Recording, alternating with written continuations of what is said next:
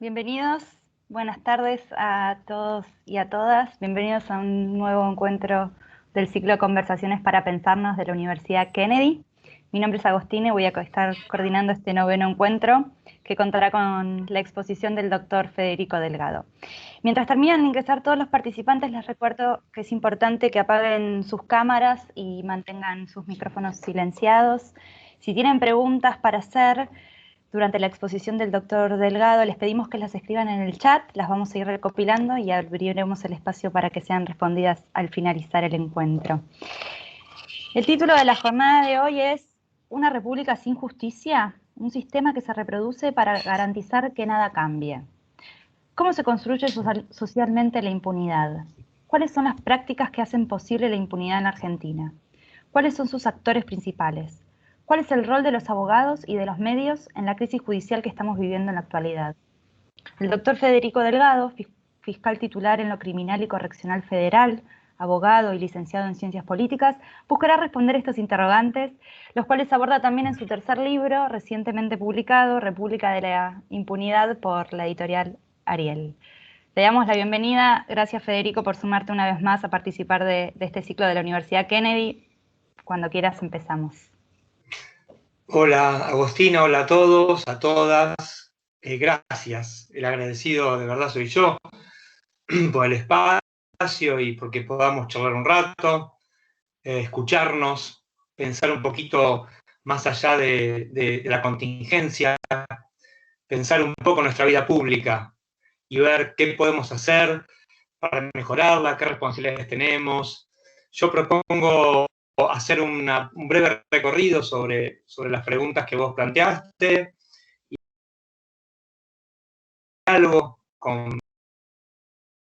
para que me digan lo que les parece y enriquecernos todos con un ida y vuelta. El tema que a mí me obsesiona es la República. Brevemente, para aquellos que por ahí no están tan contaminados con la cuestión. En primer lugar, los argentinos tenemos sobre nuestras espaldas la obligación de construir una república porque es el artículo primero de nuestra Constitución así lo establece. Una república, digamos, hay que pensarla de dos modos. Tiene que ver con el gobierno de los que tienen las cosas resueltas y pueden dedicar todo su tiempo a los asuntos comunes, que es la versión, si se quiere, de Aristóteles, una república aristocrática. Pero también hay otra tradición que tiene que ver con el Mediterráneo antiguo, también con Grecia, con Pericles, que es una combinación de democracia y república. Y es lo que algunos llamamos una república plebeya, en el que toda la idea de participar, de definir qué quieren hacer de su vida. Hoy no nos vamos a detener en eso, simplemente me parecía interesante plantearlo porque a veces a una cuestión que tiene que ver con la cuestión de aristocrática, oligárquica, y la república no es solo eso. Hay otras formas de pensarlo y básicamente tiene que ver con lo que querramos los habitantes de una nación o los ciudadanos de una nación. Podemos siempre elegir uno de esos dos caminos. A mí me preocupa en nuestro país el rol que tiene la impunidad en lo que tiene que ver con nuestra vida pública, con nuestra democracia, con nuestra forma de vida. La impunidad me parece que está muy naturalizada, que está tolerada, que nos hemos acostumbrado a vivir en una sociedad en la que el crimen no paga, las faltas no siempre son sancionadas, y me parece que eso impacta en todos los aspectos de nuestra vida. Tiene que ver con la posibilidad de acceder a un plan social, con la posibilidad de desarrollar nuestros sueños, tratar de pensarlos en el tiempo, y tiene que ver también, ¿por qué no?, con la cuestión de saber por qué los grandes crímenes en nuestro país permanecen sin penas, es decir, impunes. Yo creo que, y la impunidad es constitutiva con la República, porque la República, en cualquiera de las dos versiones que querramos, significa el absoluto gobierno de la ley. La República aristocrática, la República plebeya, en cualquiera de esos casos, supone que nadie posibilidad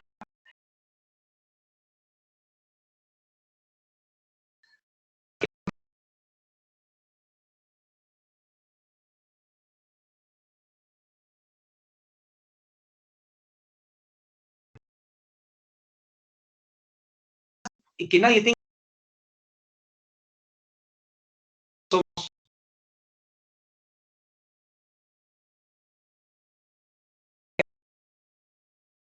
se supone que representantes, la ejercer el poder político, son ellos quienes dictan leyes y esas leyes no se expresan. Entonces, en una república no hay lugar para la impunidad, porque gobierna la ley. En nuestro país, lamentablemente, me parece que estamos lejos de ese ideal, porque todos sufrimos en mayor o menor medida toda esta historia de la impunidad. Entonces, me interesa pensar la impunidad. Uno puede pensar como una primera alternativa que la impunidad cae del cielo como una lluvia ácida que nos blinda y hace que las cosas, en la Argentina cualquiera pueda hacer cualquier cosa. Otra opción es pensar que hay un montón de políticos y jueces y fiscales corruptos, incompetentes, malos, y es otra forma, y probablemente algo de eso debe haber. Pero también hay una forma de pensar la impunidad, que es la que yo elegí en el libro, de pensarla como una construcción social, como algo que todos, de alguna manera, con distintos niveles de responsabilidad, hemos permitido y por acción o por omisión, hemos permitido que se vaya creando en el tiempo y nos acostumbramos a vivir en que hay personas que pagan, personas que no pagan, que hay evasores que no pagan impuestos y no les pasa nada, y hay empleados que con su salario pagan impuestos a las ganancias, que hay corrupción y no hay nadie preso, y que alguna persona roba para comer, lo cual no lo estoy justificando, pero es un crimen menor y está de verdad detenida, y sabemos que y a veces sentimos que quien tiene poder aplica la ley en su beneficio, y son cosas que nos molestan, son cosas que impiden que la sociedad tenga un horizonte de futuro, que la sociedad tenga cierto optimismo, que podamos pensar que abrir un kiosco es algo fácil, que si estudio en la facultad, hago un posgrado y me esfuerzo mucho, voy a tener un buen resultado. Bueno, todas estas cosas se ven afectadas por la impunidad. La impunidad, por donde querramos mirarla, me parece a mí que afecta nuestra vida en común. Yo me detuve, que es un tema que me apasiona, pero me detuve a pensar en el libro qué función cumple la justicia en todo esto. Y la justicia tiene un rol muy importante. En primer lugar, porque la justicia es, en una todos nos hicimos alguna denuncia, ¿no? Lo que hacemos es a las piñas, tiros, o según nuestro propio poder. Siempre permitimos que sea la República, a través de un dispositivo institucional, que es el sistema judicial,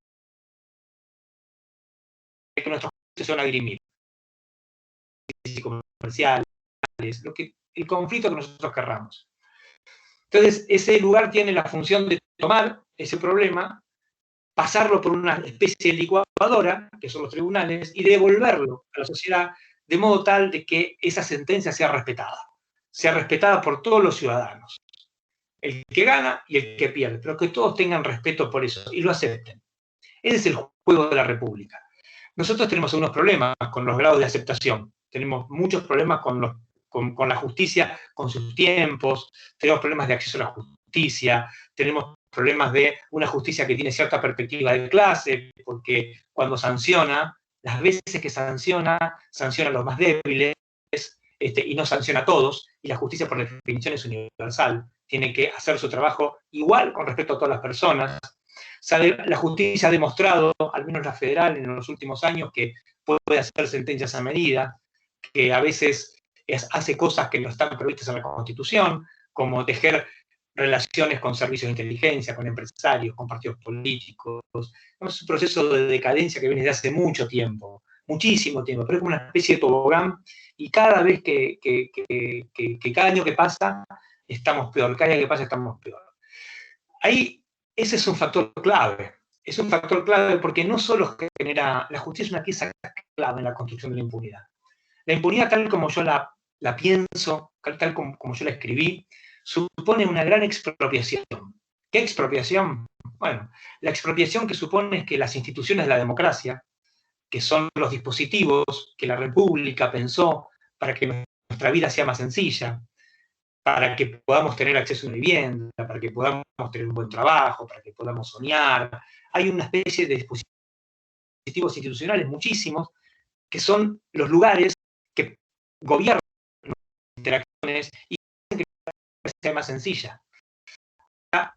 En Argentina se ha sedimentado una especie de formato del poder social, del poder político, que es nuestro poder, que ha separado la vida de las grandes mayorías, de la gran cantidad de personas, de lo que es el propio entramado institucional. Cualquiera de nosotros sentimos que el Congreso está lejos, sentimos que ir a una oficina pública es un problema, sentimos que la FIP es una tragedia, sentimos que el ANSES es una tragedia, sentimos lejos a la justicia, sentimos lejos a un juez, a un fiscal. De hecho, yo ayer miraba con mucha pena que en la Corte Suprema, el edificio del Cagono 550, había una manifestación de ciudadanos y el edificio del tribunal estaba protegido por rejas. Y eso me parece que es todo un síntoma, ¿no? Un lugar que es del público, un lugar que es de los ciudadanos, está siempre enrejado. Casi todos los tribunales, los más emblemáticos, están enrejados. Me parece que con esa imagen, con esa foto, nosotros podemos hacernos la idea de qué supone la expropiación.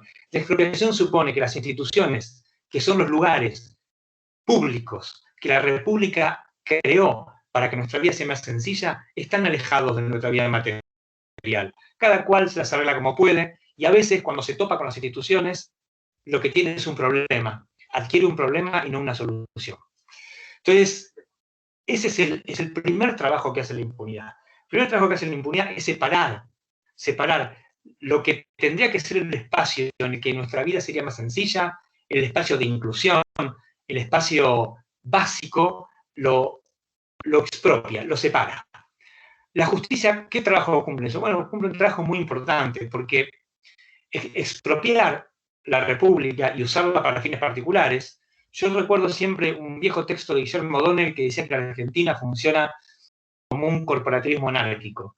Corporaciones que compiten en elecciones, a veces aliados con los políticos, a veces con militares, con lo que fuere, toman el Estado y lo dirigen para sus objetivos específicos, que no son los universales, ¿no? Que son los fines propios de la estatalidad.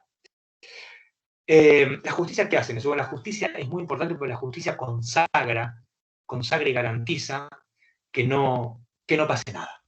O que si pase mucho tiempo después, o que si pase por la mitad. Lamentablemente, hay muchos jueces buenos, hay muchos fiscales buenos. Yo me animaría a decir que el gran elenco, la mayoría del elenco de la justicia son personas probacionistas, pero el sistema en su conjunto no funciona. Y funciona de un modo tal que lo que hace es garantizar la impunidad. ¿Cómo se hace eso? Bueno, yo les voy a contar 2 o 3 ideas que tengo, que escribí.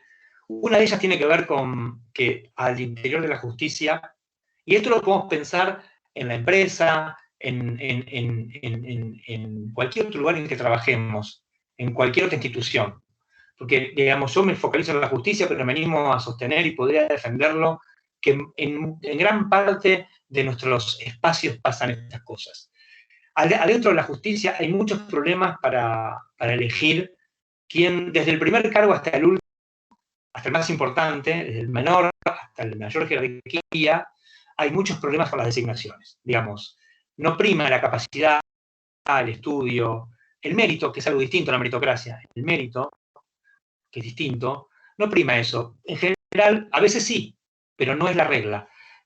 Prima el amiguismo, prima el partido político, prima la alianza con un empresario, priman maridajes que no están previstos ni queridos por la Constitución. Al interior de la justicia eso hace que haya las grandes mayorías, los buenos, se cansen o tengan que soportar, sea muy sacrificado arribar a puestos de jerarquía. Nuestro Consejo de la Magistratura, nuestro Ministerio Público Fiscal tiene muchos problemas, muchísimos problemas, que hay que, de alguna manera, hay que oxigenar, y después, si quieren, volvemos sobre eso. Ya vamos a llegar. Pero ¿eso qué impacto tiene? Bueno, el impacto que tiene es que las personas que llegan, o que deberían llegar, no todos, no quiero generalizar, pero muchos, llegan adquiriendo un montón de compromisos, y esos compromisos no son los de la Constitución, no es la lealtad a la universalidad de los derechos, sino que tiene que ver con otro tipo de a la hora de tomar decisiones. Después nuestra justicia, otro tipo además de esos problemas de designaciones, carece de dispositivos institucionales que en tiempo real permitan premiar a los que trabajan, a los que van a los que van a su oficina todos los días, a los que estudian, a los que se toman las cosas en serio, a los que cumplen los plazos del código. No hay incentivos para que esa persona a fin de año tenga un premio y que no lo hace tenga un castigo. Es casi lo mismo a los fines prácticos ser un buen juez o un mal juez. Siempre queda solamente la prueba del espejo, ¿no? Cuando las personas nos miramos al espejo y algunos pueden sostener la mirada y otros no.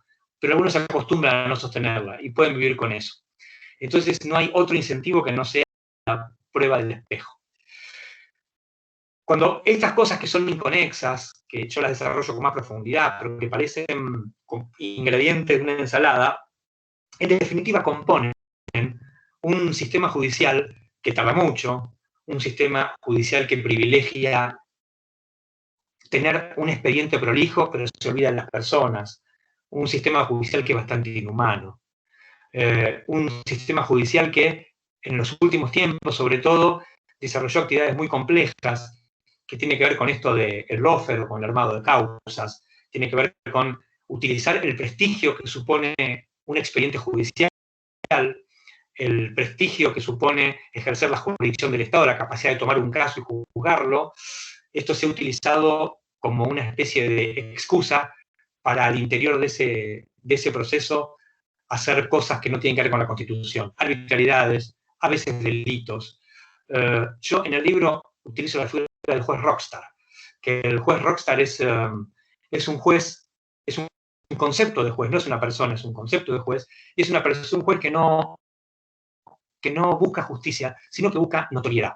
Notoriedad la pueden definir como quieran. Notoriedad puede ser conseguir el trabajo de un amigo, notoriedad puede ser sobornos, notoriedad puede ser salir en el diario. Lo importante es que ese tipo de juez, que no tiene ningún tipo de freno institucional, que hace lo que quiere porque puede hacerlo, que carece de instancias que lo corrijan, ese tipo de juez es el que es capaz de tejer alianzas con políticos, con empresarios, con servicios de inteligencia, con medios de comunicación, y puede arruinar el honor de una persona, puede destruir la dignidad de otra, puede inventar un villano donde hay un héroe, o inventar un héroe donde hay un villano.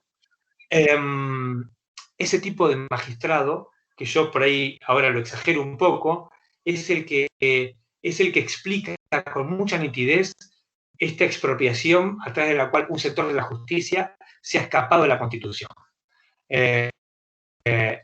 Ahora, en esto, los judiciales obviamente tenemos mucha responsabilidad, tiene mucha responsabilidad la dirigencia, que es la que encarna o es la que representa nuestros intereses, pero la impunidad, digamos así, es una construcción, para mí al menos, y se compone de muchas acciones, las acciones, por ejemplo, el juez Rockstar, se compone de las acciones de los judiciales, que tenemos muchos problemas culturales y nos hemos, para para tomar los casos, para pensar la ley, para tener en cuenta la sensibilidad de las personas. Esto se ve mucho en las cuestiones de género. A veces lo que hacemos es seguir cosificando a quien ya ha cosificado. Hay problemas de ese tipo. Yo en el libro los desarrollo con bastante detenimiento. Pero también hay omisiones.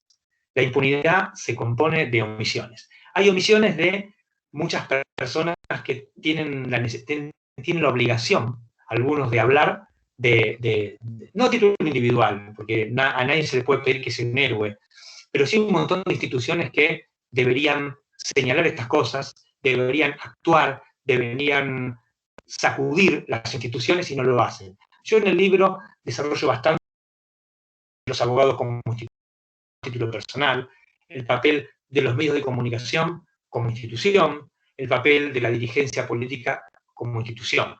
Digamos, ahí hay acciones y también hay silencios. Y las acciones y los silencios son las que han permitido que la ley se haya transformado en una herramienta desprovista de todo componente ético y moral.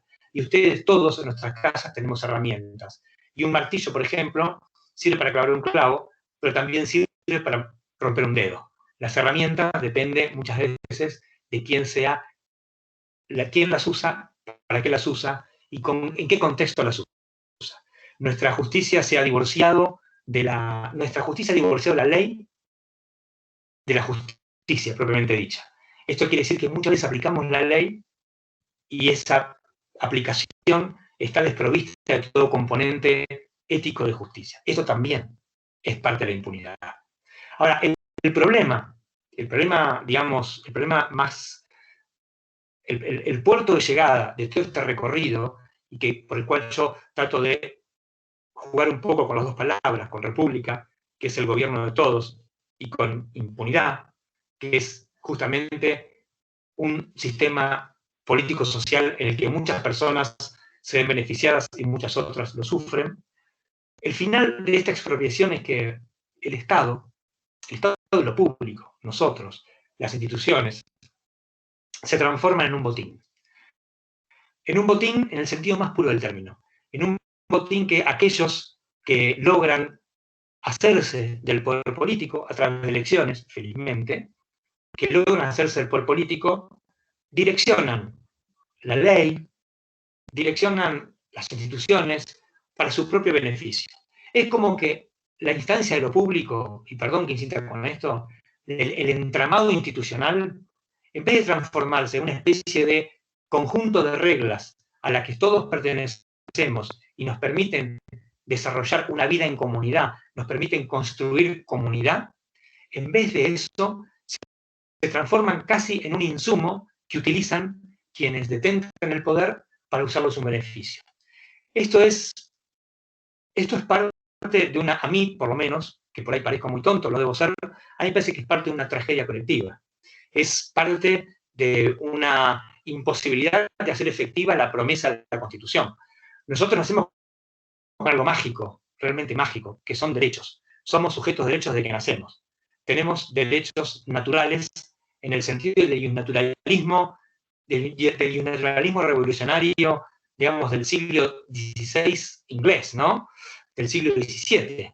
Digamos, nacemos dotados de derechos, y esos derechos son capacidades. Ahora, la impunidad, la vida pública atravesada por la impunidad, por este paradigma en el que cualquiera puede hacer lo que pueda, porque quiere, repito, cualquiera puede hacer lo que quiera, porque puede, que es la negación de la república, porque ya no nos gobierna la ley, sino nos gobierna la voluntad de aquel que puede, y puede porque tiene poder, porque es más fuerte, porque tiene plata, etc. La articulación de todo ese esquema de poder que ha subordinado la justicia como eslabón que garantiza que esas prácticas antirrepublicanas no, lejos de tener un castigo, se reproduzcan en el tiempo, más allá de los nombres, de las voluntades y de muchas buenas personas que pueden estar ejerciendo el poder político. Quiero decir, ese sujeto de derecho que somos nosotros depende de un derecho. Hay un derecho que es básico, que es un derecho natural inalienable, imprescriptible, y que es el que hace posible el uso y goce de los derechos. ¿Cuál derecho es? Bueno, es el derecho a la existencia. Esto lo explicaba Locke con mucha claridad. Es el derecho a la existencia. El derecho a la existencia supone tener nuestra vida material relativamente resuelta para poder soportar la prueba del espejo o la prueba de la mirada.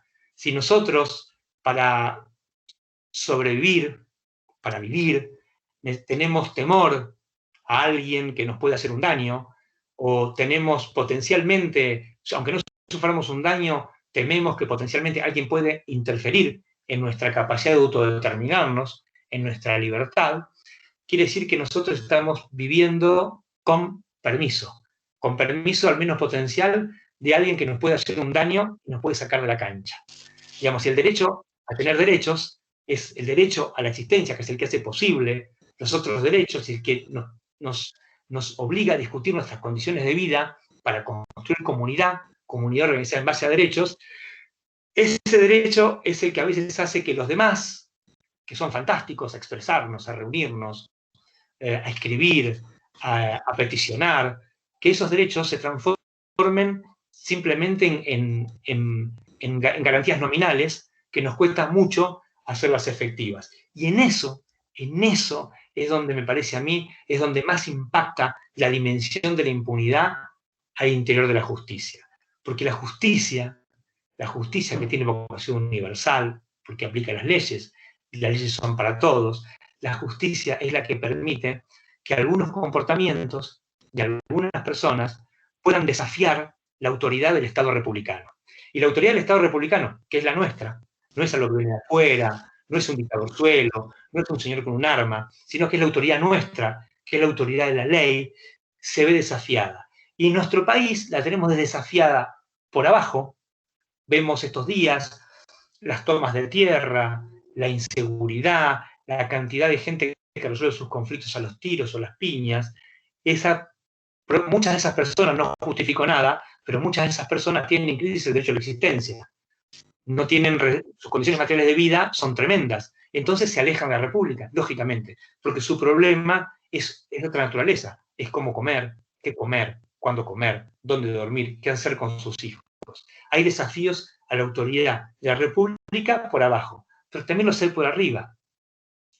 ¿Cuáles son los desafíos por arriba? Bueno, son las personas o los grupos en términos de corporaciones, no lo estoy personalizando en nadie en particular, pero son los grupos que se pueden dar el lujo de no pagar impuestos, de fugar capitales y que no pase nada, de cometer delitos y que la justicia tarde 25 años en resolverlos, de expulsar gente de una empresa arbitrariamente y no indemnizarla jamás, y después hacer quebrar esa empresa para que ningún trabajador perciba su indemnización. En definitiva, son personas que se escapan de la Constitución por arriba porque no pasa nada.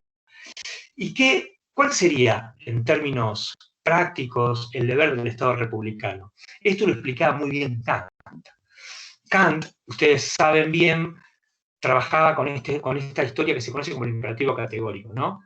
El imperativo categórico decía que nosotros, a la hora de actuar, antes de actuar tenemos que representarnos si esa acción que vamos a desarrollar puede ser considerada una ley universal para toda la humanidad, si hace un comportamiento bueno, digamos así, brevemente. Pero decía Kant, eso depende de la posibilidad, de la obligación del Estado republicano de garantizarnos un conjunto de disposiciones de modo tal que nosotros tengamos la posibilidad efectiva de pensar en ese imperativo categórico. Porque si yo no tengo para comer, si yo tengo a mi hijo enfermo, si yo tengo a mi mamá en la calle, es muy difícil que pueda representarme ese imperativo categórico. Entonces Kant decía, el Estado republicano, la República, tiene que intervenir positivamente para que relativamente todos nosotros tengamos esa posibilidad. Porque de lo que se trata no es de abolir el derecho de propiedad, es de extenderlo. Lo que hay que hacer es no quitar propiedad, prohibirla, estatizarla, no, hay que extenderla.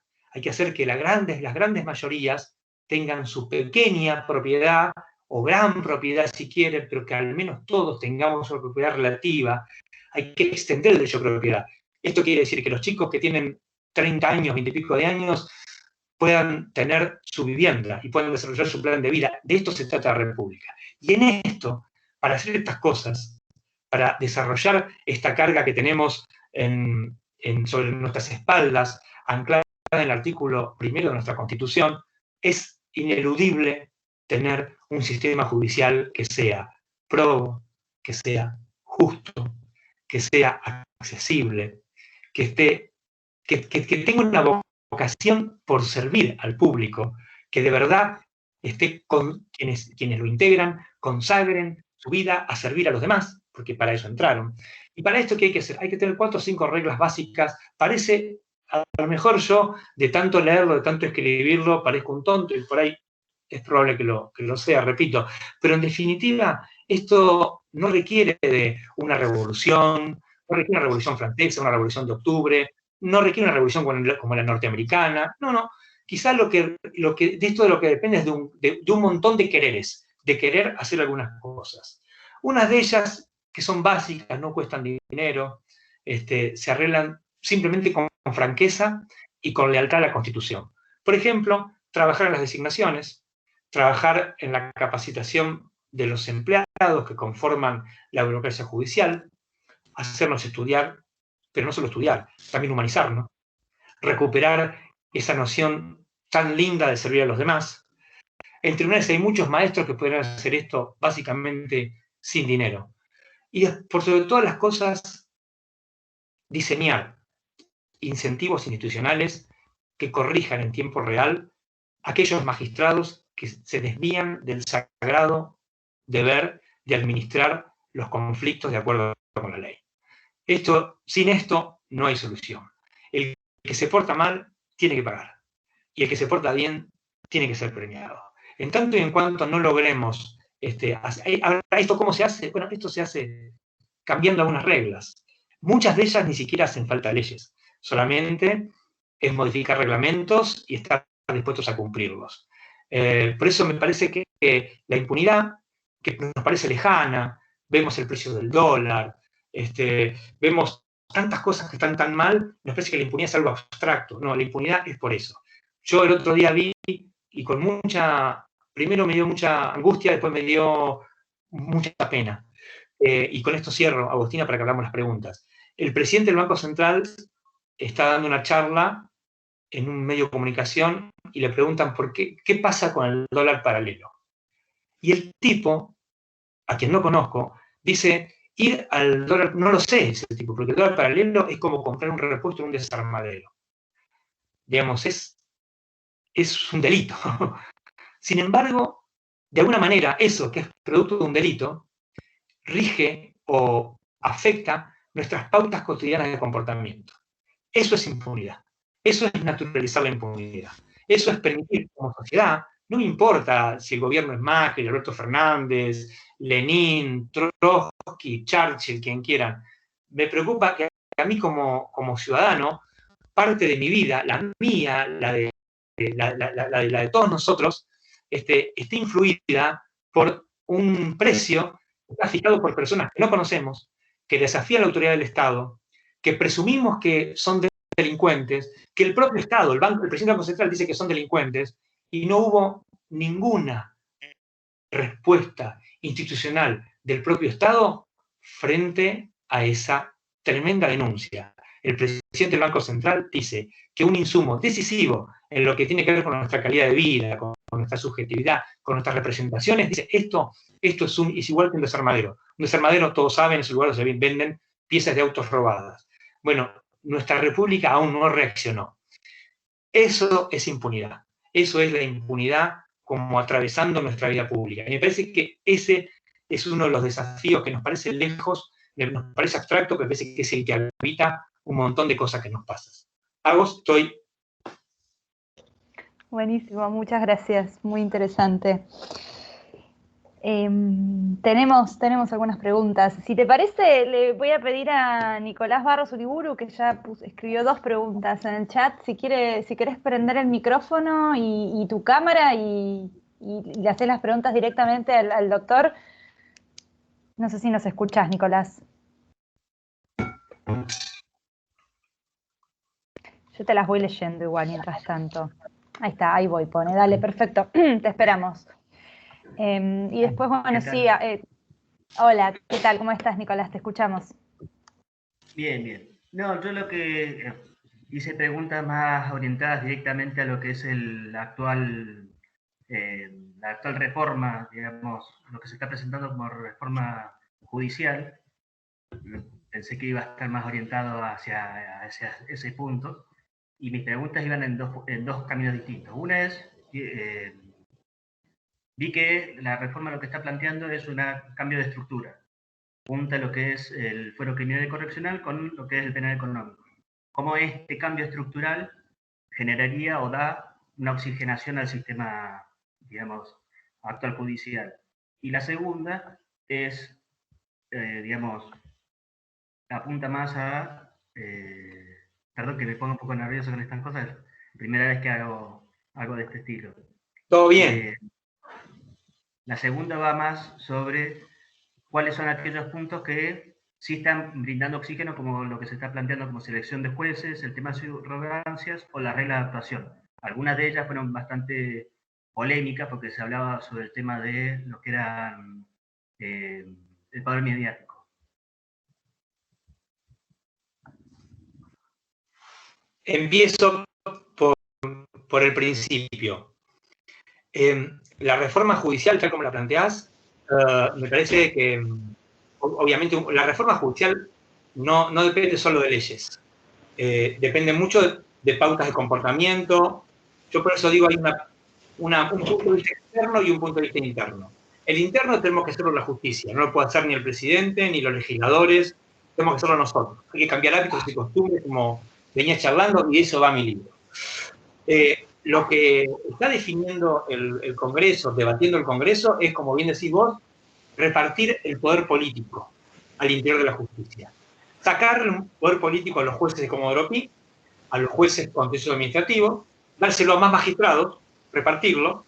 Eso en términos republicanos es saludable, porque, digamos, siempre es mejor que el poder esté lo más desconcentrado posible.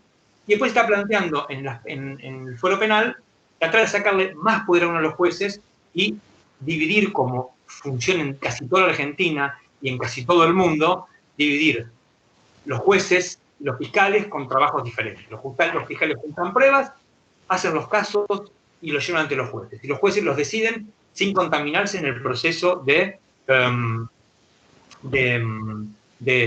recolección de pruebas. Eso no creo que sea milagroso, porque las leyes no son milagrosas. A mí lo que sí me parece es que hemos progresado mucho. Estamos discutiendo la reforma judicial en el Congreso, eso me parece sano. Los ciudadanos podemos ver a través de nuestros representantes cómo el Congreso se preocupa, o al menos va a debatir, una cuestión que hace al sistema nervioso de la Constitución. Ahora, no creo que solucione en sí mismo nada. Es probable que Comodoro Pi deje de ser lo que se conoció y que el contexto administrativo le pase lo mismo. Quizá, y esto es el optimismo de la voluntad, funciona como un disparador e interpela a la propia institución judicial para empezar a pensar y empezar a trabajar en la verdadera reforma, que es la interna y que tiene que ver con las cosas que decíamos antes. Buenísimo. Nicolás, esperamos que te haya servido la respuesta. Tenemos una pregunta ahora de Damián Cardigonde, a quien también, si querés, Damián, te invitamos a prender tu micrófono, si querés hacer la pregunta directamente, y si no, la leo yo, no hay problema.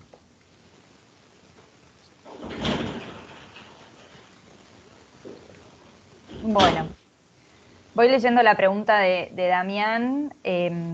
La pregunta de Damián tenía que ver con... partiendo de la base de que todos sabemos el tema del amiguismo y la corrupción, cuando hablabas esto respecto de cómo funcionan, digamos, ¿por qué los jueces y fiscales que no están involucrados y que tienen conciencia de estas situaciones que se dan, no actúan al respecto? Preguntaba Damián. Una gran pregunta, porque, bueno, a mí me parece, yo diría dos cosas. Y siempre se enojan cuando digo esto. La primera es que por ahí mucha gente que tiene la obligación de hablar no habla. La corporación judicial tiene obligación de decir estas cosas y no las dice. Ahí supongo que tiene que ver con una cuestión moral, con que cada uno pueda acostumbrarse y convivir con un sistema que a veces funciona como una picadora de carne, más que como un lugar en el que... eso me parece, es una sospecha mía, que cuando yo digo la gran mayoría son probos y buenos, y no se puede pedir a nadie que sea un héroe, pero me parece que la justicia, con su silencio, o grandes sectores de la justicia, perdón, con su silencio han convalidado todas estas prácticas, porque sabemos que hacer es un comportamiento y no hacer también. En esta vida nada es neutral. Y la otra pregunta la otra parte era... Damián, ahí vi que pusiste que estabas. Si querés prender el micrófono, adelante.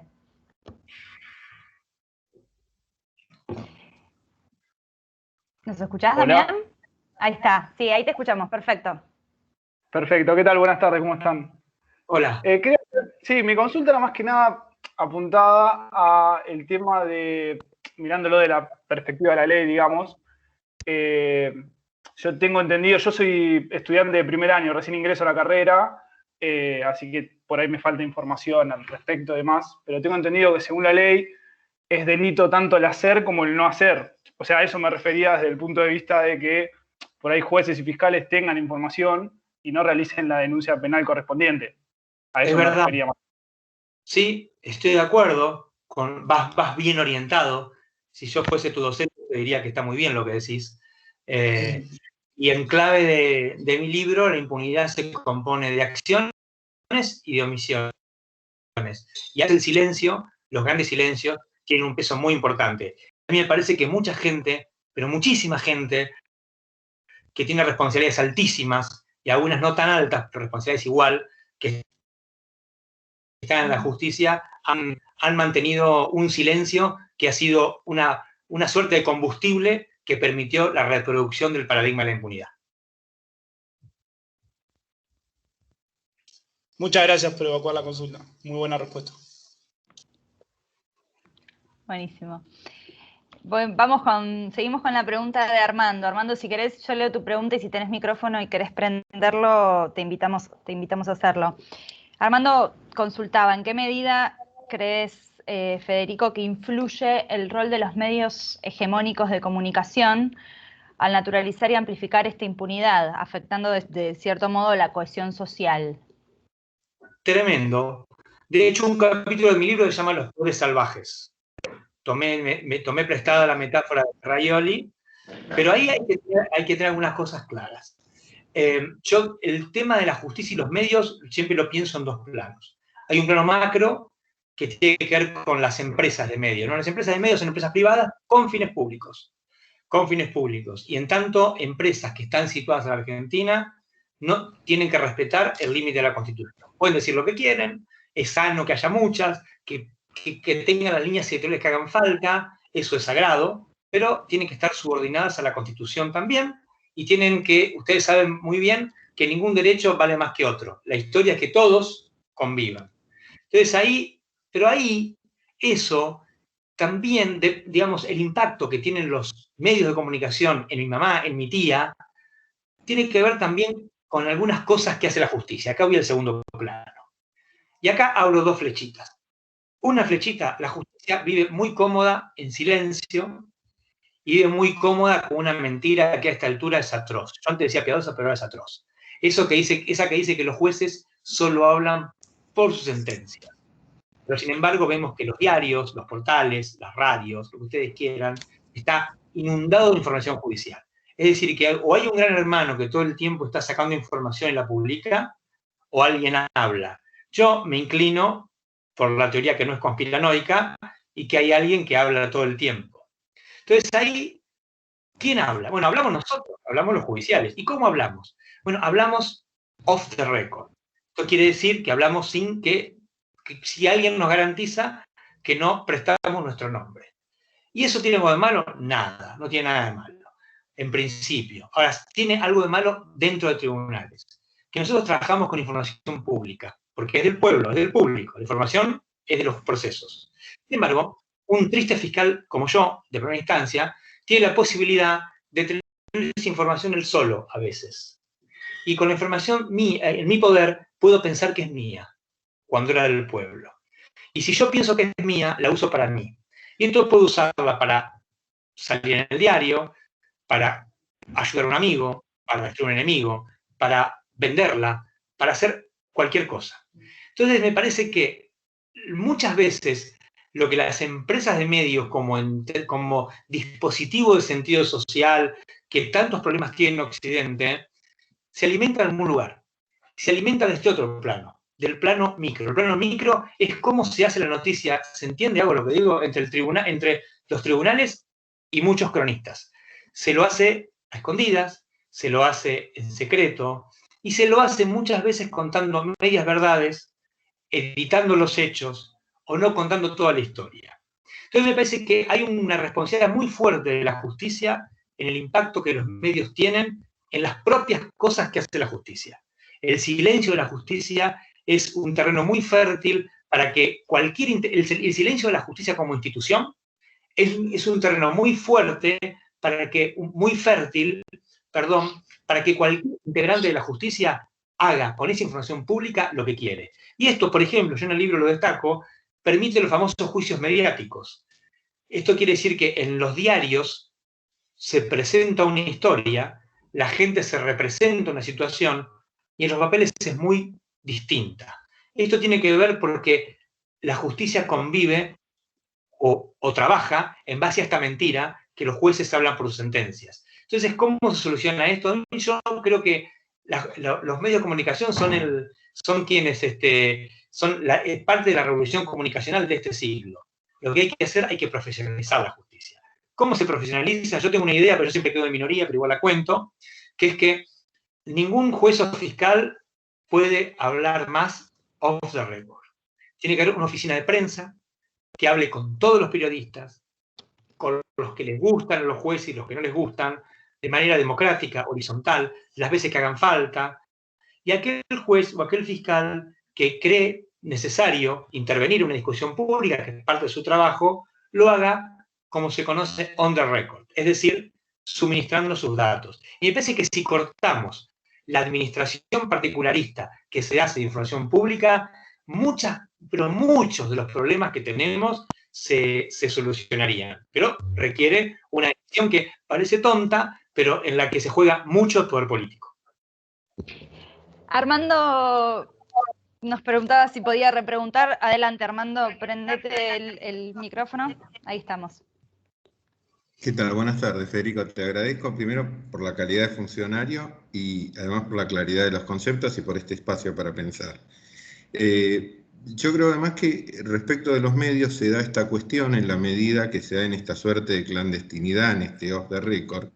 Dos cuestiones: el abuso de la fuente de la información, que está protegida constitucionalmente, con un código de ética muy blando, pero además con la instalación, y esto es funcional, una suerte de posverdad, donde se recorta la información en función de determinados intereses, y esta naturalización que decíamos respecto de la impunidad lleva a esta suerte para mí, por lo menos considero, a naturalizar la injusticia, a naturalizar la impunidad, a que esto sea una cuestión de todos los días y a bajar los brazos.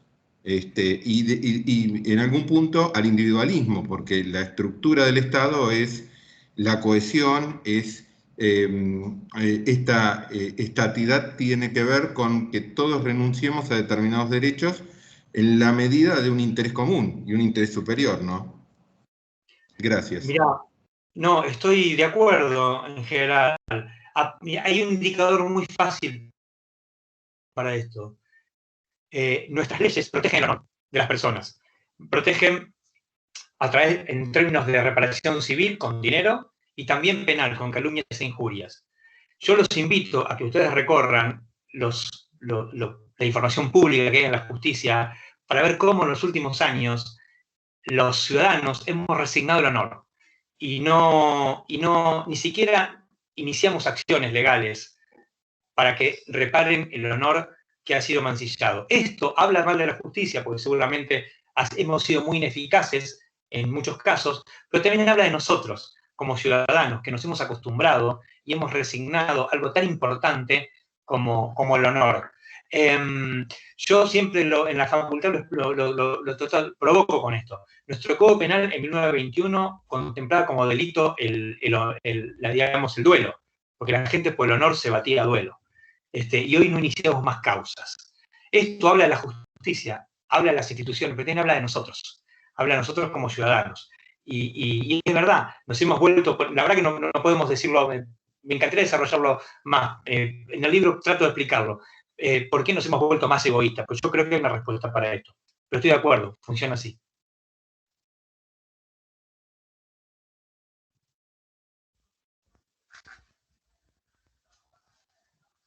Ahí está, perdón, no podía prender el micrófono. Le iba a dar la palabra a Marcela Peralta, que quería hacer una pregunta, pero bueno, acaba de poner en el chat que se tuvo que retirar porque tenía otra reunión. Vamos a invitar a Romina Quintela. Si querés, Romina, prender tu cámara y tu micrófono, te invitamos a hacer la pregunta al doctor Delgado. No sé si ¿Qué tal? Buenas tardes, doctor. Un gusto. Hola. Bueno, mi pregunta en realidad iba relacionada a lo que dijo Armando un poco, que todos nos criamos o crecimos escuchando que los jueces hablan a través de sus sentencias, ¿no? Y también comparto, ¿no? Y quería saber qué opina usted respecto de que ellos puedan dar explicaciones sobre las decisiones que toman, siento que están como en un nivel superior a la sociedad y que a veces hasta se escudan detrás de ese halo de misterio para no dar explicaciones. Junto con eso quería saber también qué opina del voto directo de la gente o del voto popular para la elección de los jueces, y a su vez también si ellos también no deberían entrar, por ejemplo, en el impuesto a las ganancias, algo que ellos no están, la justicia en realidad no paga impuesto a las ganancias. Impuesto a las ganancias por decir algo, pero como que están en otro nivel del resto de los ciudadanos. No sé si me explico. Sí, claro. Muchas gracias.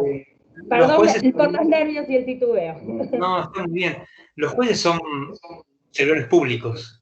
En tanto servidores públicos, la obligación de rendir cuentas, hay algunas que están previstas, pero me parece a mí que con la complejidad que tiene nuestra situación actual, los jueces además tienen la obligación de ser docentes y tienen que explicarlo en sus sentencias, que de hecho supuestamente hay un mecanismo de rendición de cuentas, eso se puede impugnar, se puede apelar, lo conocemos, pero me parece que en la situación actual los jueces también deberían hacer docencia. Y fíjate qué loco que se está hablando de una reforma judicial y hablan los periodistas, hablan los políticos, habla todo el mundo, pero la que no habla es la justicia como institución.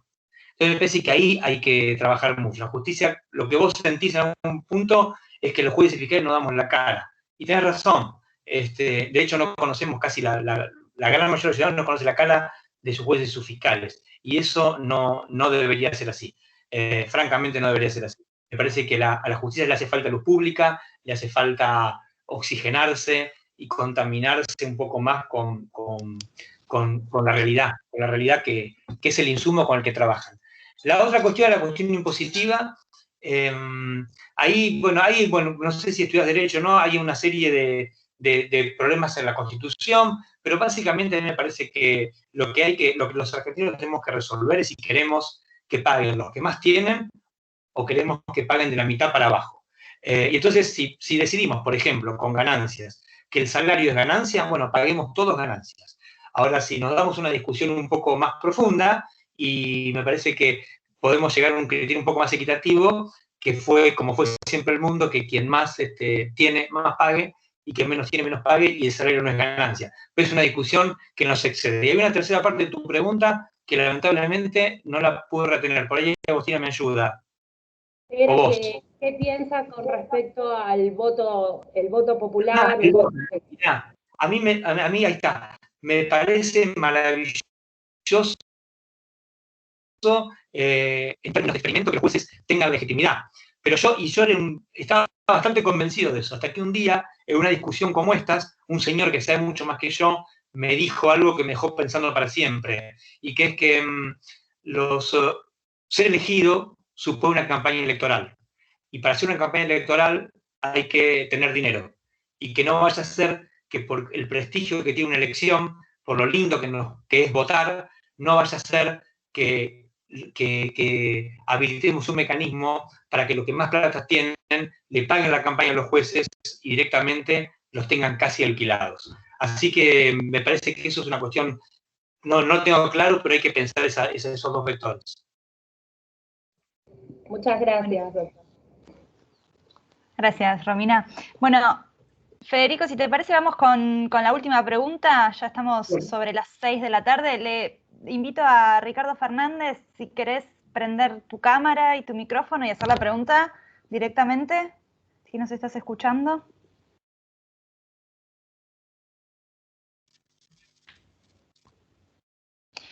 Yo la voy leyendo, así vamos avanzando. Él te preguntaba, ¿por qué tenemos jueces en la Argentina que no concursan en cargos vitalicios, como lo establece la Constitución, y encuentran en la rebeldía la solución? ¿Es esto impunidad? Te preguntaba Ricardo. Yo no sé, Ricardo, si nos estás escuchando, prende el micrófono e intervení.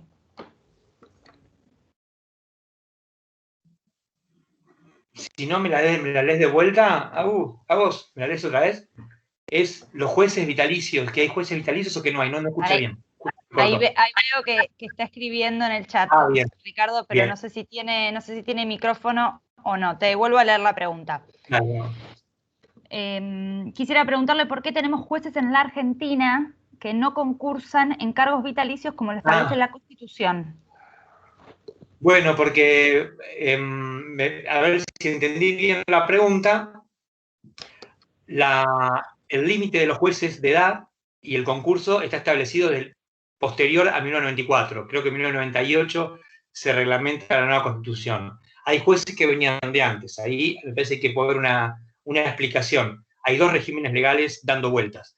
Pero yo creo que lo más importante no tiene que ver tanto con eso, que me parece que eso de ahora en adelante está solucionado para siempre, sino que me parece que hay que trabajar en hacer que los concursos sean transparentes, sean más claros y sin amiguismo, y después que una vez que los jueces se sientan en sus oficinas, que además tengan mecanismos que en tiempo real les exijan rendir cuentas y explicar qué hacen, por qué lo hacen, y por qué no hicieron tal cosa. Me parece que eso es re importante pensarnos en términos de construcción hacia adelante, utilizar el pasado para comprender el presente y para tratar de que no nos pase lo que nos ha pasado hasta ahora. Perfecto. Bueno, esa era... Ahí está, bueno, no sé, te escuchó Ricardo y te agradece por tu respuesta, muy claro, dice. Esa era la última pregunta, así que si te parece, te agradezco en nombre de la universidad nuevamente tu presencia en el ciclo Conversaciones para Pensarnos de la Universidad Kennedy. Ojalá podamos volver a encontrarnos y muchas gracias a todos los que se conectaron. Gracias a todos, gracias a vos por la paciencia y gracias a la universidad por el espacio. Y nos vamos a encontrar seguramente. Seguramente nos vamos a encontrar. Gracias a todos. Hasta luego. Chao a todos.